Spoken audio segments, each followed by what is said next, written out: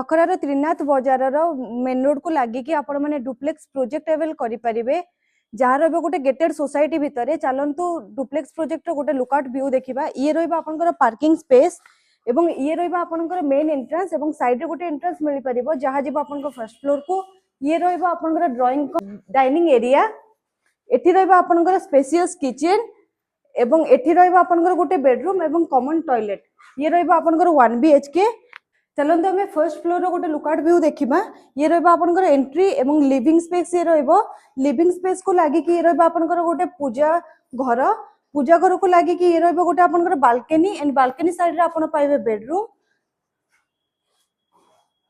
एठी रहा गोटे कॉमन टॉयलेट ये रहा गोटे master bedroom with common toilet and balcony यार एग्जैक्ट लोकेशन रहा ब्राह्मण झरील लोकेशन रे। तो प्रोजेक्ट विषय डिटेल्स रे जानिबा पाई एवं साइट विजिट करिबा पाई स्क्रीन रे दे जेतिबा नंबर रे कांटेक्ट करंतु।